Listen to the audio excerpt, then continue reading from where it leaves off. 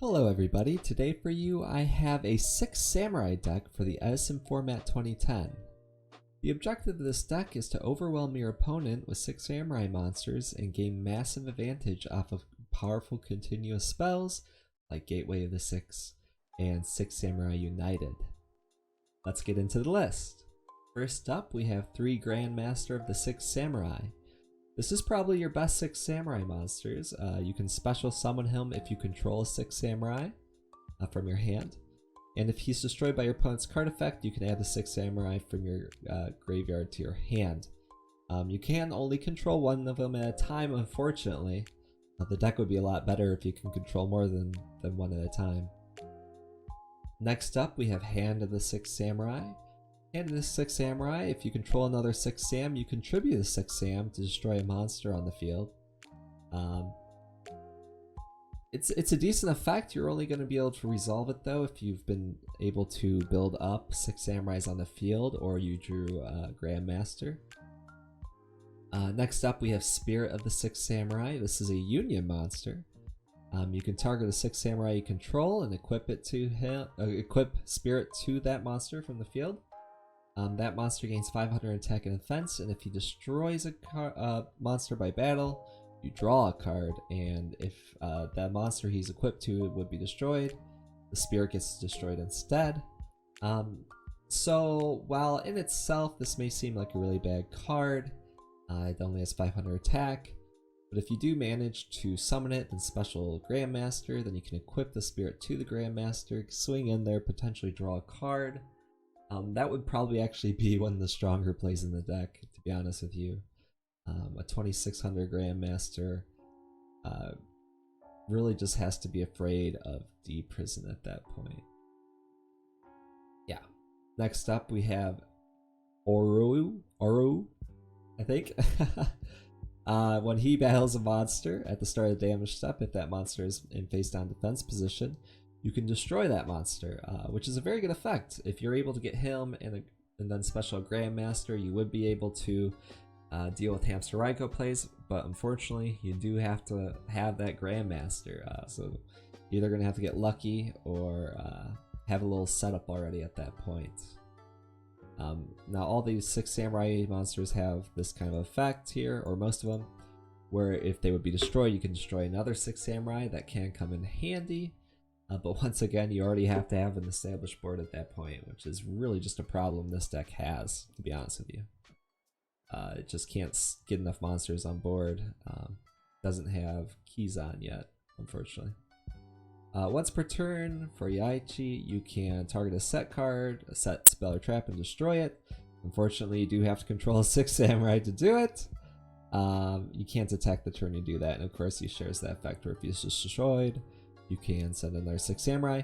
So this gives you a little bit of spell or trap destruction if you're able to establish some 6 Samurais on the board. It's kind of cute, I guess. Next up is Zanji. Zanji's probably your second best 6 Samurai at this point. At the end of the damage step, if this guy attacked, you can destroy the monster it attacked. Pretty good effect. Of course, you have to control 6 Samurai.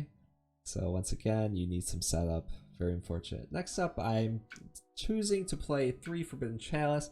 Forbidden Chalice is going to give this deck a lot of utility, allowing it to attack into those Hamster Raikos very easily. It's also versatile in that it can boost your 6 Samurai's attack to allow them to potentially survive some battles. Something I want to experiment with more.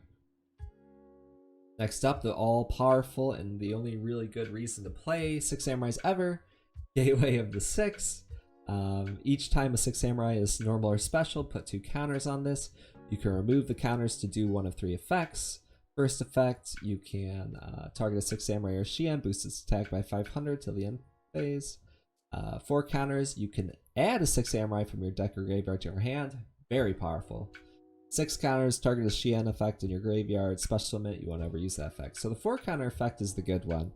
So in an ideal scenario, you would be like normal summon Spirit with the Gateway in the back row, 2 counters. Special Grandmaster, 2 more counters, right? And then you're able to resolve your Gateway to search actually get some advantage in this deck that really needs ways to get advantage, unfortunately. Yeah, and there's also some combos you can do with this later I'll talk about when I get over the Ultimate Offering. One heavy, of course. This might actually be best to cut considering we play all these continuous cards. One reinforcement of the army. 3 6 Sam United. 6 Sam United is another very good card. Each time a 6 Samurai is normal or special, place a Bushido counter on this, max 2. Send it to the graveyard. Draw a card for each counter on it. So this is Pot of Greed effectively. So once again, if you open that Grandmaster, this card's going to perform very well for you. Otherwise, you're going to be normal summoning for 2 turns before you draw anything of value. Next up, you got some pretty standard traps here. Bottomless, Deep Prison, Mirror Force, Judgment. Of course, we play 1 Starlight Road. Starlight Road's going to be important since we have so many continuous cards. We're going to need to protect them. Perhaps you should even maybe play 2 just because of how important it is to protect them. But also you need to be able to gain some board pressure. So 2 means what are you going to cut? A Deep Prison, well, you need a way to protect a 6 Samurai for a turn. So I don't know. 1 Torrential Tribute. 2 Ultimate Offering. Now, Ultimate Offering is going to be an interesting card in this deck. During your main phase or your opponent battle phase, you can pay 500 to normal summon the monster. So this is going to allow you to actually like combo with your gateways. Normally, you'd be struggling to get that second 6 Samurai in 1 turn. You're going to be able to use the Ultimate Offering to summon 6 Samurai, summon another 6 Samurai, search a 6 Samurai, summon that 6 Samurai, and actually gain some board pressure in this deck. That's really the only reliable way you're going to do that other than drawing Grandmaster, unfortunately. Unfortunately, you don't even play that many 6 Samurai monsters, so you might not even have enough to even use Ultimate Offering or abuse it. Something to consider. 2 Royal Oppressions, of course. A lot of the time, since you're only going to be able to just normal 6 Samurai, you're not going to really lose out from this oppression at all. So, I mean, the only monster you're really special summoning is the Grandmaster, so oppression's kind of a no-brainer in here too. Looking at the side deck, I have some cards that you might also want to consider playing. Of course, you have Payman. You can target a face-up spell or trap card and destroy it. Not quite as good as Yauchi popping face downs, but if your opponent's playing a lot of face-up continuous spells or traps, this might be considered might be worth playing. We got 1 reasoning here. Why consider reasoning? As I said before, you need to get 2 6 Samurais on board as fast as you can to really gain advantage off United or Gateway. And you do play level 5s, 3s, and 4s, so your opponent might not get it right. This card might be what you need to get an actual edge in this deck. Something really to consider. Of course, we can play more back row. 2nd Starlight Road, as I mentioned. I've seen some lists playing Thunder King. Honestly, Thunder King's better than every single 6 Samurai, so at that point, if you're gonna not play 6 Samurai monsters, you're gonna play some non-6 Sams, just don't play 6 Sams, right? Because you're either trying to combo, get your Gateway plays, get your United plays, or you're just playing an inferior version of what could be a control deck, right? Consider that. Next up, we have Immortal Bushi. You are playing all warriors, so this guy would be able to come back during each standby phase. It's not really going to benefit your Gateways or your Uniteds, but it is going to give you some reincursion and a way to get monsters on board. So, honestly, it might be worth playing. Armageddon Knight, of course, can send Bushi. Always cute. Solidarity, you're only playing warriors, so this is going to make your 6 Samurais actually formidable. But god, do I hate playing even more continuous spells in this deck.